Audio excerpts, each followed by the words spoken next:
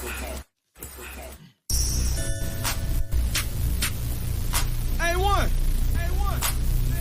Yeah, truly. Cooler and I'm flyer too. Jam. Cooler and I'm flyer too. Yes, sir. Yes, sir. Welcome back to A1 Forever Sports, the show that's cool and fly too. I'm Chris Tip Moore, and I got my plug, man. I got the plug walk. You know what I'm saying, with me today, man. About to talk some quick Atlanta Braves, get some quick thoughts about the Braves and just everything that they have going on. Again, of course, you know I'm Chris Tip Moore, but RJ, man, talk to the people, let them know who you are and what you got going. My name is RJTL. I feel like the plug. Basically, born and raised from Atlanta. Part of the 95 North Sports Machine crew. So you're definitely gonna see a lot more of me coming soon. Had to take some time off due to some other prior commitments, but hey, I should be getting some contact, slowly but surely, pretty soon. And I'm just ready to get it rolling again. Yeah, man. Get back into the saddle. Sometimes that's the best way to, get over things. I definitely know that's the one thing that helped me when I lost my pops was really sports and what I'm saying, having good people in your corner, the ones that check on you, make sure that you're straight, all that stuff like that. So definitely understand that, man. Happy to have you back in the saddle, man. But we're talking Atlanta Braves today, man. It's been a lot of stuff going on. And honestly, RJ, I know you've been kind of chomping at the bit for a while now, man. So, I know I really didn't get your thoughts, but what has your thoughts been of the Braves since the trade deadline? Let's start there, what I'm saying, just because, again, just to get your thought. So with them getting Jorge Soler, I wasn't really surprised at the trade. I actually, kind of just accepted and took it because that's just another controllable contract. Another couple of years, 60 million each. At first, I thought that he was probably going to replace Marcell Ozuna. However, I had saw reports that said they're going to most likely pick up the contract, which that's going to be a log jam right there. So ain't no telling what Double A is going to do. But the one thing that I did not like was when they brought back Luke Jackson. Yeah, but that was a part of the deal, though, man. You had to give up something, man, to get something. Yeah, you pretty much got rid of a World Series hero to a World Series almost costing us NLCS. Yeah, I tell you, it used to be nervous watching Luke and sometimes Ian Anderson and shoot, man, even Will Smith going up there, man. But in that playoffs, man, they were lights out. It all came together. Yes. But the thing about it is Luke, if I'm not mistaken, had I think it was a 5.68 ERA or something like that. It may have been a little higher, but either way it go, it was they wanted to get rid of him anyway. And they said, okay, we'll give you Soler, but you gotta take Luke Jackson too.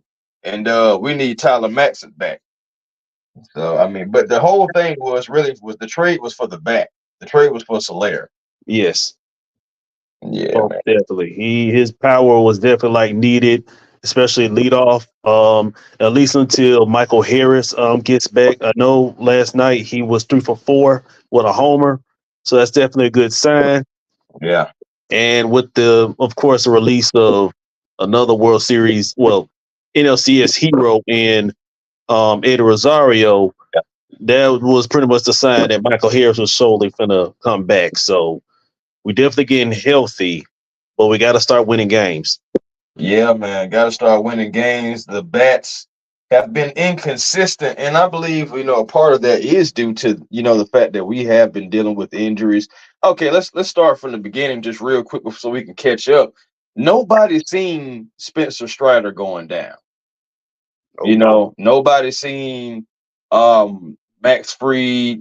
Really, we don't have something going on with just about all of our pitchers except for Chris Sale and almost surprisingly Charlie Morton. Yeah. But we've been dealing with injuries off and on. Now, I know it's a part of the game. We try not to use injuries as an excuse, but when you start just having so many, it's hard to have that chemistry and camaraderie going on when guys are out of the lineup and then guys have to come back in.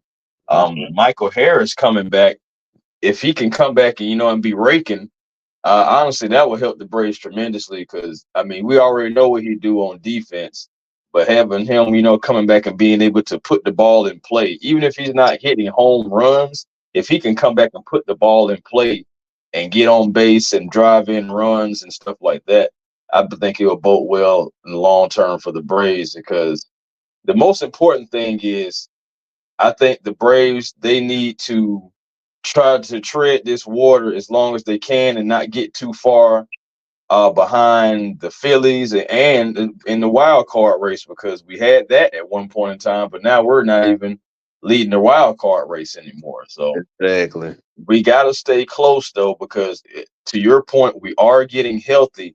It's just not fast enough. It's not right now, and we have to be able to, survive the storm. We have to be able to survive the storm. Oh yes, definitely. And speaking of getting healthy, I did read that Ronaldo Lopez is actually going to be doing a rehab assignment tomorrow. That was interesting when I seen that. I said, "Oh, well, that's a pleasant surprise." The thing about it is, man, we need something to go our way. It's just like, come on, man. Exactly, and I mean, especially with Michael Harris, once we get him back, that might be the actual spark plug that we need. Because if you look top to bottom, there's not really that much of like a energizer like type player outside of of course Acuna down for the year. So Michael Harris, once he comes back, I think the Braves with his energy should get the bats going and again and everything, and the pitching. Man, the pitching been saving us for most of the year. I think it's getting tired though. It's like it is. They need some bats. I mean, you come on now. You blew. I don't even want to bring up Blue Jacks again. That was terrible, man. I know. I seen today.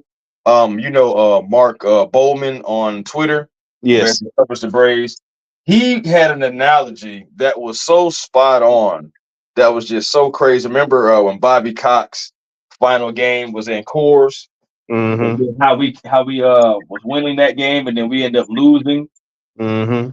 He said that yesterday's game, on how they came back and won that game on us yesterday was worse than that. Ugh. And I kind of got it. I know it's Bobby Cox in his final game, so I know some people gonna be like, nah, that's his final game though. So I understand with that, but I understand what Mark Bowman was saying. That was an absolute travesty. Right there, they scored 7 runs in that inning in order to come back and win that game. You had it. You had that, and you had the series. Now the Rockies, that was a team that in my previous Braves video, I said I need you to sweep them, and we lost the series. Yep. It's like, come on, man. That's tough, man. And the thing about it is you having these games now. The Braves are about to play about 9:40, 9:45 tonight. And they're going to be, finishing off the week pretty much, on the West Coast with all these different, late games against contenders, against people who want to, take you down. Yep. And your pitching staff has got to take care of business. We got all these different guys. The problem is too, as far as names go, I know we don't really have any names, but for Braves fans, we really tread in the water a lot because it's like you have some guys that are coming in and giving some good relief. You do, but overall, when you look at it, it's like you almost, as a Braves fan, get nervous because on any given night somebody can get rocked. Yep. On any given night, somebody can get rocked. We've seen literally every pitcher that we have in some capacity get rocked this season. Yep. So, I mean, I know it's a part of the game, but it's just like, it's terrible timing. That's what it is. Terrible timing, some of these things. And the Braves, we said this a few months ago. As long as they're winning series, you kind of are okay. But now we're starting to lose more series. If you look at it from since the All-Star break, we're losing more series instead of winning them. Yep. Them series add up, and there's gonna be a lot of point fingers at. One thing that I was also thinking about is what was discussed in the players only meeting. True. What was y'all talking about? I mean, I know y'all trying to get some motivation in that locker room, but it's not showing on the field whatsoever. Facts. So now it's to the point where I remember one time I'm gonna bring up the Hawks. They had a players only meeting. Next game they lost, and then I believe Larry Drew was the head coach at the time, and he told them if y'all not going to change anything, he is. So I don't forget I'll manage the name. So what's up? You talking about Double A? No, not general manager, actual managing the clubhouse. Oh, Snick. Yeah, Brian Snicker. He's gonna have to do something, because if he don't make the necessary changes in getting this ship back on this track, he might get axed after this season. And I know how his loyalty with the team well over 30 years from the minors and up and down coaching. It may be time for a new voice. I have an unpopular opinion though, brother. What was that? I can really see, even if we don't make the playoffs, I can see them bringing Snit back. I can see them bringing Snit back, because the first thing that Snit gonna say was, well, we deal with injuries. I can't do nothing about that. I can coach up the guys that we have. We also don't have, the best farm system anymore. Now, granted, we did win the World Series because of it, but it's just the reality. We sacrificed so we could win. So now, I'm doing the best that I possibly can, but I will even go to Smith, Antoine Smitty Smith's point, to what he was saying in our group chat. He feels like the team overall is giving up on Snit. Now, do you see anything like that? Not yet. I would have to see a complete collapse. Yeah, I agree with that. Before I can say they quit it on him. I mean, if they just lose rest of their games, then that's gonna be right on the wall. At the same time, most of it is not really his fault. I would also go towards Alex Anthopoulos for not really getting the proper tools in place, just in case these injuries do happen. Because with the farm system so depleted, and you're shuffling, especially with pitchers. Some pitchers have one good game, and then next 4 or 5 games they'll just straight struggle, and then you got to turn it to the bullpen. Right. At some point in time, you got to really point the finger of okay, where's the real issue at? Is it the manager or is it Double A? Hey. Now that's one thing. That's a conversation to have. I know, you can either lean one way or the other, but that's definitely a conversation to have. I know you've seen the whole thing about Snit possibly retiring now, or something like that. Possibly he could retire. Now, honestly, I just feel like that was just an attention grabber or something, because I mean, wow, somebody that's pretty much in his 70s or close to his 70s thinking about retirement. I don't think that's really a headline to a degree. But what I took from it is, well, maybe he'll retire if he feels like he possibly may be fired. That's where I start going from it. I was like, well, if things are not going well, and if people are calling for his head using other Atlanta teams, it could be like a Nate McMillan situation, to where a guy was already ready to head out the door and you're doing him a favor by just letting him go. Yep. It could be like that, and just crossing sports and everything. Didn't we see last year what happens when one side of the ball is doing better than the other side of the ball? Talking about the Atlanta Falcons last year now. Yeah. We've seen that our defense was holding up our offense, and then eventually the defense, and I'm gonna use put pitching as our defense, you know what I'm saying, start to wear down toward the end of the year. Yep. That's what I don't want to see happen in baseball. I don't want to see, our pitching staff, Chris Sale and Ronaldo Lopez, all these different injuries that we're having, and then they're having to come back and get into rhythm.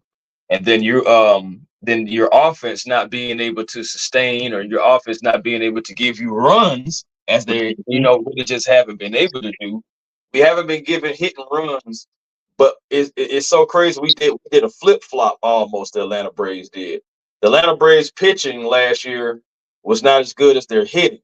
And now, so their pitching is better than the hitting, because the Braves are still one of the top teams in ERA. Yep. So so it's just crazy, how they really just flip-flopped. And yeah, honestly, I just hope they can just put it all together some kind of possible way. I understand some of the guys that we had and didn't have. And I want to ask you that too, just because, again, just haven't been able to get your thoughts. But the Ron Washington thing, people are saying that it could be something to it about not having Ron Washington. I don't think that's the end all. I don't think that's the, the end all be all or anything.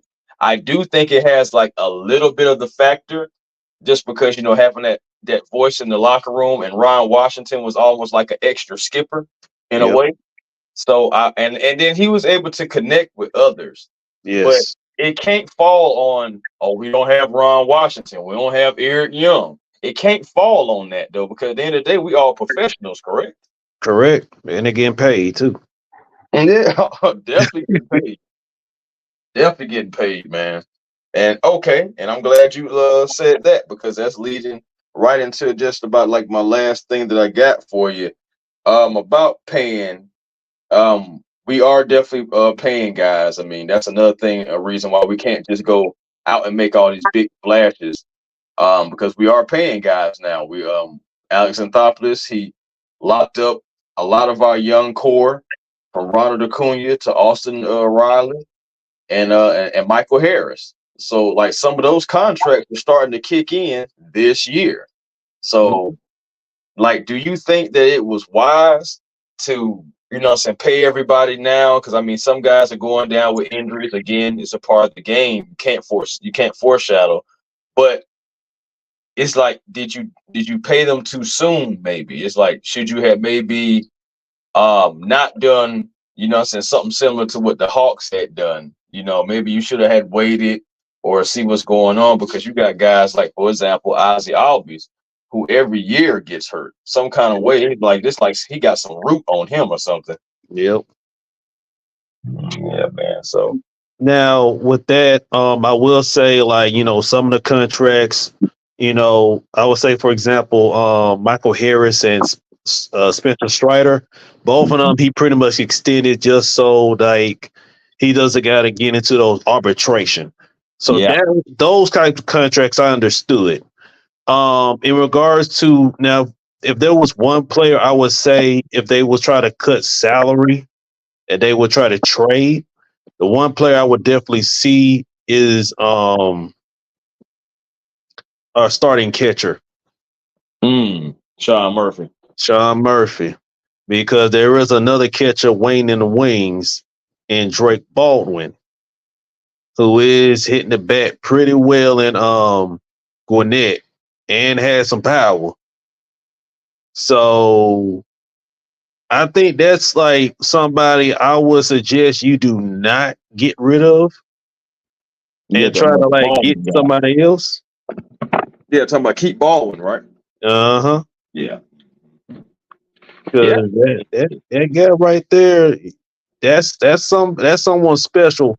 Because even I was even thinking at one point, let's say if we never did get Jorge Soler, right, and let's say they had decided to, not pick up Marcell Ozuna's player option. I was like thinking, suggest to the point, okay, you might have to do a DH by committee with catcher. Have Drake Baldwin come up, have him DH some games, and even Sean Murphy have some DH some games. So at least you'll have like 3 catchers. Because there's gonna be times like you may be down a catcher and you still have like 2 others. So I think some teams don't really see like catcher like as valuable as other teams are. But for me personally, like there's gonna be a time where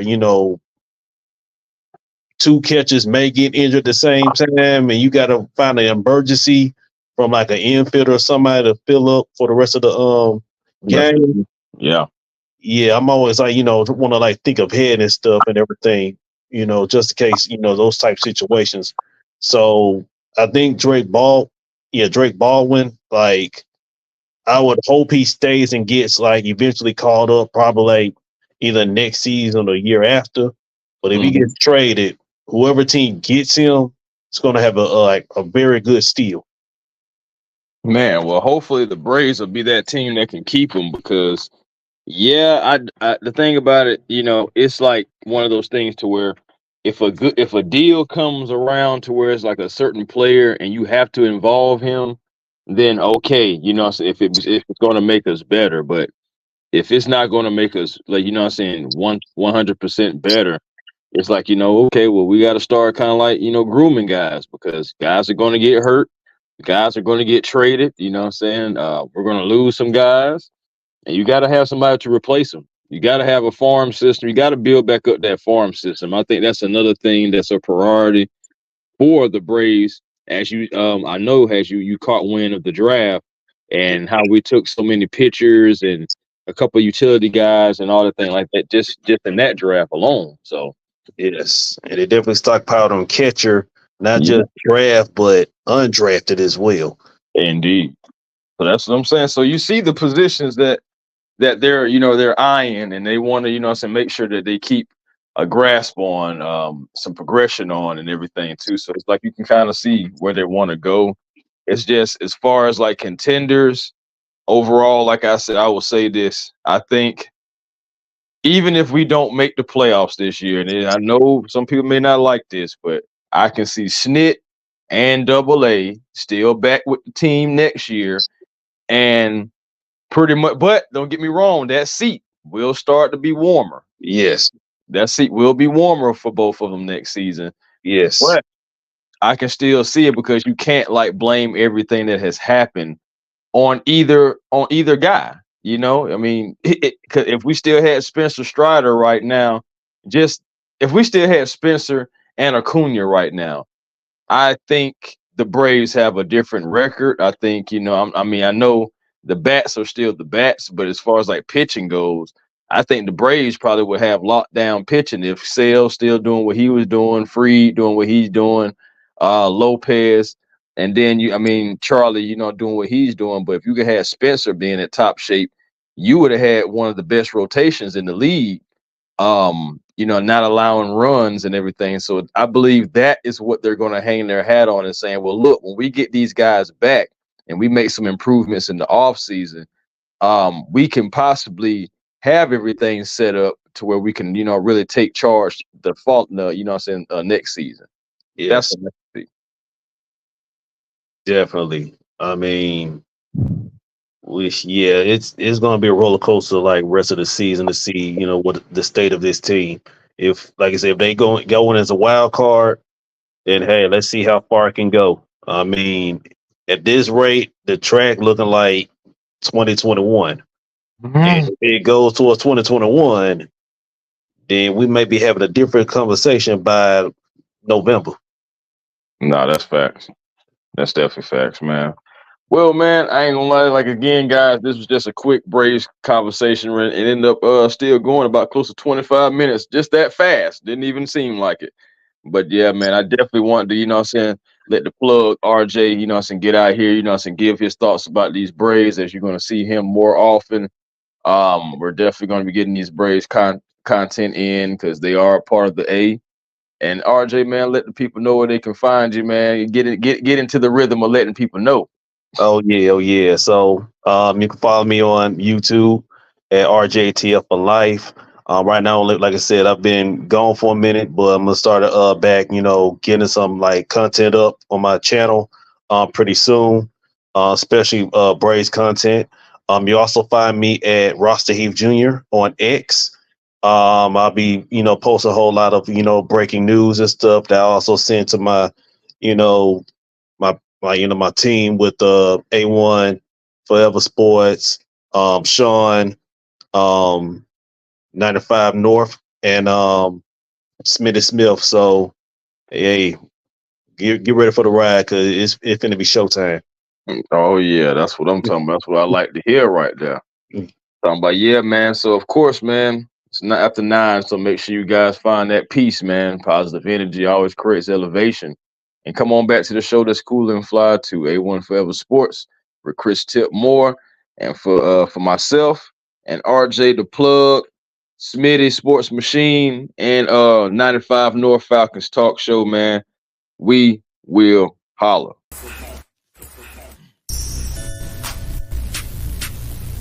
A1. Yeah.